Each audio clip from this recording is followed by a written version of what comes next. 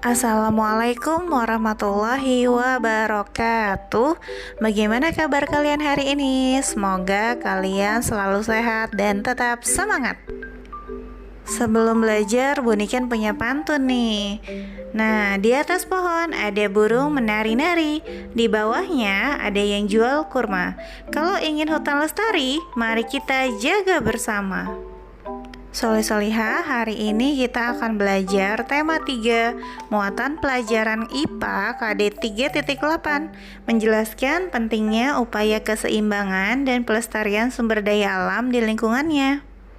Sebelum belajar, mari kita berdoa dulu ya. Amin. Nilai ukhrawi pembelajaran hari ini ada di surat Ar-Rum ayat 41. Telah tampak kerusakan di darat dan di laut disebabkan karena perbuatan tangan manusia. Allah menghendaki agar mereka merasakan sebagian dari akibat perbuatan mereka, agar mereka kembali ke jalan yang benar. Tujuan pembelajaran hari ini, yang pertama, menyebutkan upaya pelestarian sumber daya alam, dan yang kedua, menjelaskan pentingnya upaya pelestarian sumber daya alam. Oke, langsung saja. Yang pertama, hubungan sumber daya alam dengan pelestarian lingkungan. Allah telah mengkaruniakan manusia dengan akal yang cerdas. Manusia menggunakan akal tersebut untuk mengelola alam. Namun, seringkali manusia melakukan hal yang merugikan diri sendiri dengan berbuat kerusakan.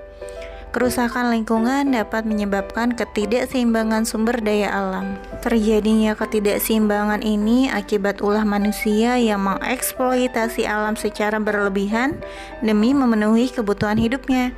Contohnya, seperti yang kalian lihat di video, manusia melakukan penebangan liar secara besar-besaran. Padahal seperti yang kita tahu, hutan merupakan salah satu sumber oksigen bagi makhluk hidup. Hutan juga menjadi kawasan tempat tinggal untuk satwa. Selanjutnya, mengambil hasil laut dengan pukat harimau. Pukat harimau ini adalah perlengkapan untuk menangkap ikan. Nah, ketika dibenamkan ke air, pukat harimau ini bisa mencapai ke dasar laut. Nah, pukat harimau ini dapat menangkap segala jenis ikan yang ada di laut, baik ikan besar maupun ikan kecil. Selain ikan, ternyata pukat harimau juga dapat menangkap biota laut seperti lumba-lumba, penyu, bahkan terumbu karang. Ya, hal ini membahayakan kelangsungan hidup hewan-hewan laut yang tidak boleh ditangkap. Oleh karenanya, pukat harimau sangat dilarang penggunaannya. Selanjutnya, kebakaran hutan. Kebakaran hutan ini berdampak pada rusaknya ekosistem dan menyebabkan musnahnya flora dan fauna yang tumbuh dan hidup di hutan. Kebakaran hutan juga mengakibatkan hutan menjadi gundul, sehingga tidak mampu lagi menampung cadangan air di musim hujan. Hal ini menyebabkan tanah longsor ataupun banjir. Berikut kebakaran di hutan Australia yang menyebabkan ribuan koala tewas dalam kebakaran tersebut.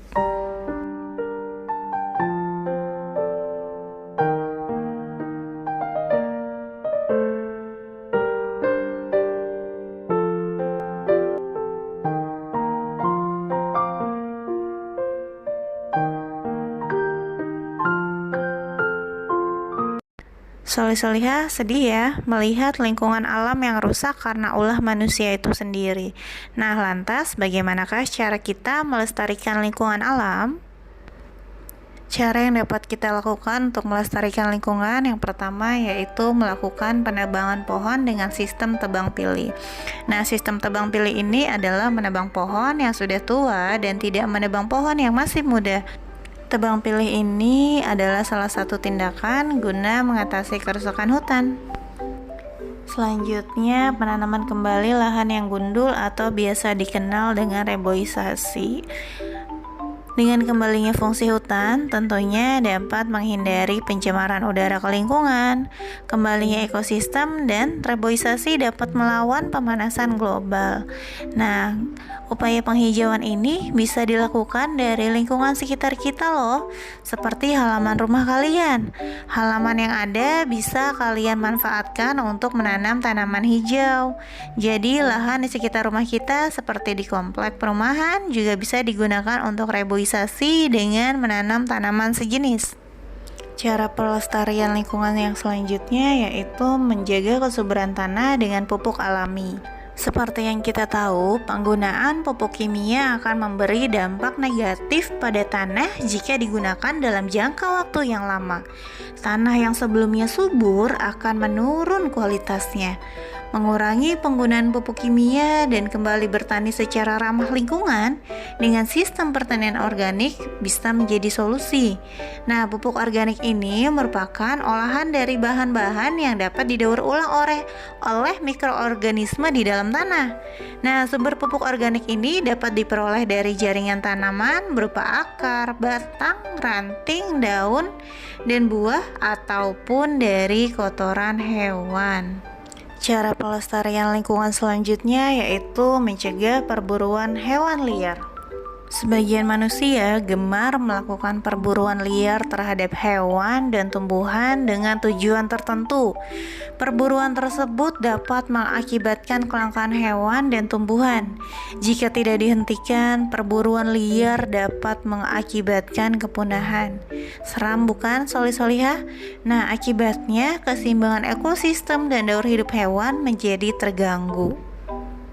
Cara pelestarian selanjutnya yaitu membuat suaka marga satwa, cagar alam, dan hutan lindung. Suaka marga satwa adalah tempat yang digunakan untuk melindungi satwa-satwa yang sudah terancam punah, misalnya gajah. Suaka marga satwa ini juga digunakan untuk merawat dan mengembangbiakan hewan yang sudah terancam punah. Nah, contoh suaka marga satwa yang ada di Indonesia yaitu Suaka Marga Satwa Ujung Kulon untuk melindungi badak Jawa dan rusa. Sedangkan cagar alam adalah tempat yang di dalamnya ada tumbuhan, hewan, ataupun ekosistem yang khas.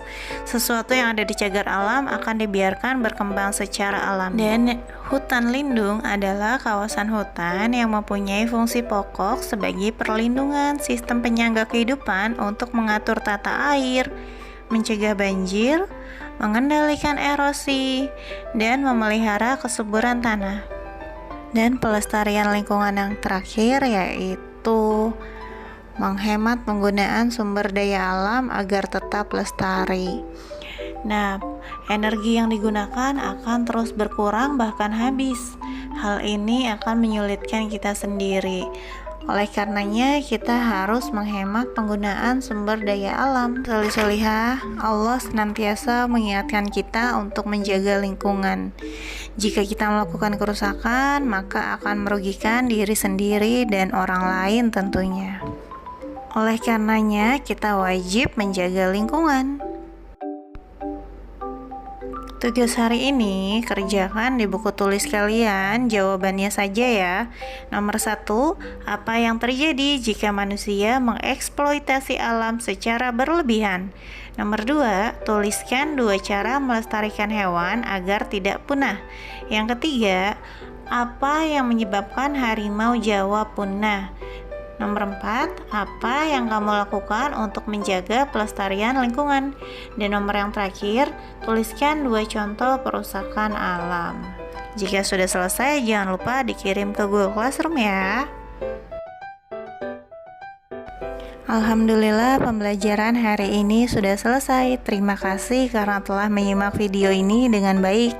Dan Bu Guru berharap kalian bisa mudah memahaminya ya nak. Sampai jumpa di video selanjutnya. Wassalamualaikum warahmatullahi wabarakatuh.